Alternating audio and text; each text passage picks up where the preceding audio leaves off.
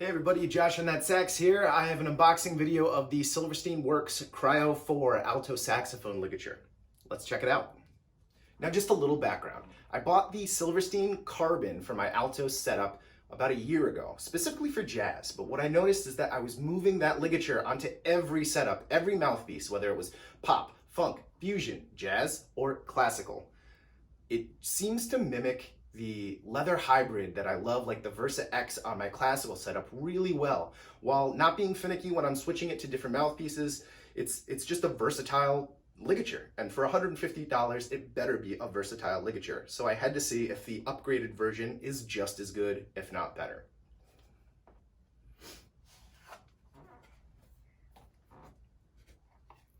First glance, it is gorgeous. Beautiful setup right here. And the ligature looks beautiful. It's got 2 bars on the side compared to the 1 bar of the Carbon. So it should be a little more control. Actually, when you move these around, it should also make a brighter or darker tone depending on what you're looking for. And the same that goes with the actual rope that wraps around the reed and the mouthpiece itself. Also, you can tighten and give a little more slack or a little less slack to get that perfect fit that you want. Oh, I'm so hyped to try this out. Also in the box comes with the standard Silverstein mouthpiece cap. Now it doesn't cover the whole thing, doesn't cover the actual ligature itself. Here, let me grab my Jody Jazz setup right here. So when you put this ligature on, there's nothing protecting the ligature itself, so keep that in mind. But what you are protecting with this guard is literally the tip of the reed. It's a big, bulky ligature, so that's just something to keep in mind too. If you're looking for something slim that doesn't rub or brush against anything, that might not be your vibe. Something else that I also noticed it came with. So on the Carbon, I saw advertised that you can put little stoppers that glue to the metal tip that actually touches the top of the mouthpiece. And so what I guess a lot of people are worried about if they have a really nice mouthpiece that they're trying to keep in mint condition is that you have that metal that is grinding down on potentially the ebonite, the hard rubber, or the metal of a mouthpiece, and they don't want to damage that. So these little pieces you can glue. They also look like they pop right in. This is an additional charge when you get the Carbon, so it's not included on the lower models, but I like that they toss it in when you get this more premier flagship version of the ligature. So that's really good to know. Awesome. So just comparing the two, obviously 2 bars, 1 bar, gold plated, Carbon. The netting looks the same. I count the same amount of rings, like wrappings that go around. So that is all the same.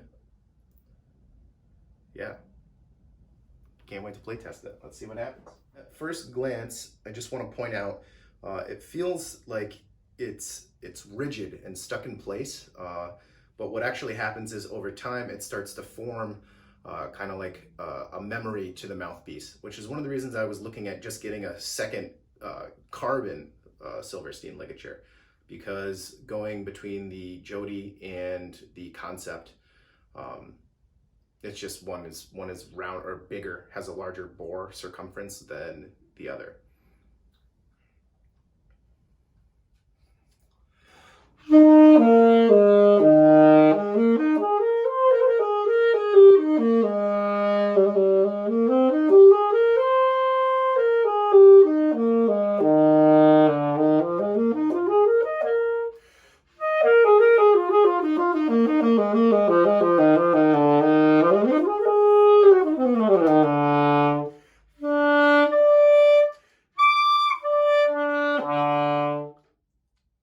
That's what I like so much about the Silversteins. It's like, it just plays. The reed and the mouthpiece and the horn play.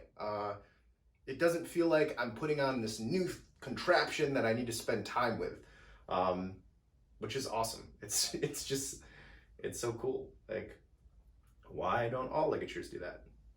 Yeah, so again, this one has 2 bars, which you can use to either spread out further around the mouthpiece, move higher up, move lower down. You can experiment to get different sounds, the more precise sound. Another reason why I wanted multiple ones, I wanted to keep my jazz setup in one spot and my classical setup in the other. It's not really difficult to move around, but the idea, there's no like safety rails. So if you move things around too much, I don't want to finick with it. I want it to be in one spot and keep it there, which is generally what I've been doing between my jazz and classical setup. But I really plan on kind of honing in exactly where I want it at this point now that I have two.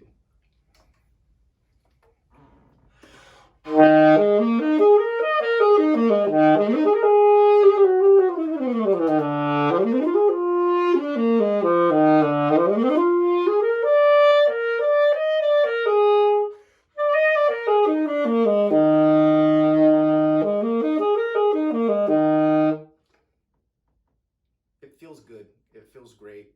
I don't know if there's a placebo effect or what, because it's nice and shiny, but it does feel like there's more control. And my altissimo came out in the first try. I know you heard that. I'm definitely including that in the video. Ligatures are funny because I feel like you don't need to sit with them for weeks to figure out if you like it or not. So that's one great thing about trying ligatures. You don't need to be worried about, well, will my opinion on it change in 6 months? The only thing that'll change in 6 months is you'll find out if it breaks and then you need to buy another one. But you don't get to return a broken ligature. Keep that in mind. Yeah, so I'm definitely gonna spend some time going back and forth. Actually, now that I'm looking even closer, I did notice this too. Oh, fail. Yeah, so just after a year of playing this one over and over again, the rope is a lot looser, easier to manipulate. I can spread out the rope itself really well. And I've fooled around with keeping it tight or keeping it spread and seeing what I like or what I don't like.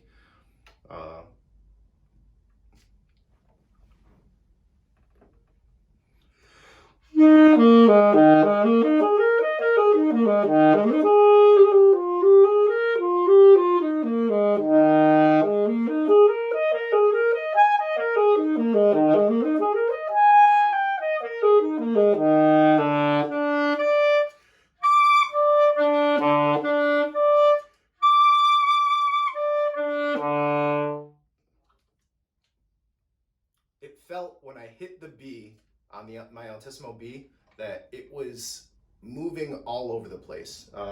When I used the Cryo4, I hit that B and it felt really stable and spot on.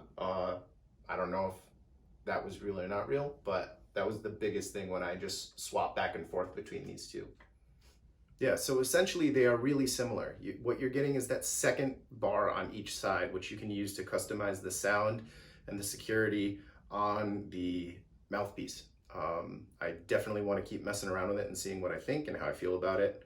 But they are really similar. I'm unsure how I feel about the big price difference. I'm really going to need to spend some time fooling around between different jazz mouthpiece and classical and seeing which one, if either, I prefer on one or the other, or if they are completely interchangeable. That's really what I'm going to try to find out. So I'm going to spend some time, a couple weeks, playing between the two and deciding which one I prefer, or if I just prefer the higher quality one. We'll see. So it's been just over 2 weeks that I started using the Cryo4, and I'm in love with it. It's not going anywhere. It's staying on my classical setup from here on out. The upper register is coming out clear. My low end is speaking really nicely. My altissimo has been extremely secure. It's just making me play more confidently. I don't know what's happening with that second bar, but it is a game changer compared to the Carbon, and I thought the Carbon was a game changer compared to everything else that I had used up until this point. It's unreal. Definitely recommend it for classical setup. I went to Silverstein's website and I noticed they recommend the Cryo4 specifically for classical players because of its darker sound. Now, I love it on my concept, but I was curious if I would like it more than the Carbon on my other mouthpiece variants. The answer, it depended on the mouthpiece. I compared the Carbon and Cryo on every mouthpiece variant I have. Everything from a Barclay Pop 7 to a Van Doren Jumbo Java 45, a Meyer 6, and a Jody Jazz 5M. And what I noticed, the wider the tip opening and the higher the baffle, the more I preferred the Cryo. I couldn't even get the low D to come out clearly on my bar clay using the Carbon. That being said, on the smaller tip mouthpieces, I didn't notice much of a difference between these at all. So there's definitely a difference between these two ligatures. Something that definitely had an effect, how much you tighten the nut at the top of the ligature. They claim on their website that if you tighten, more or less tension will change how bright or dark your sound is. Now, I don't know if it's that simple, but there's definitely a difference and it changes on each mouthpiece. Sometimes I was cranking it down to get a nice clear crystal altissimo, while other times I only needed a little bit of tension to get the same effect. Definitely experiment that if you get your hands on one of these, and it works for the Carbon and the Cryo. Finally, they also claim that the bars have an effect on the tone as well. Now, I haven't had a chance to really experiment with this enough to give my honest opinion, but definitely keep an eye out for a video in the future about this. Final verdict, I love the Cryo4. It is hands down the best classical ligature I've ever put on a mouthpiece. That being said, if you like a dark alto tone on jazz, I definitely recommend this too. It's really versatile. Let me know what you think in the comments below. Thanks for listening.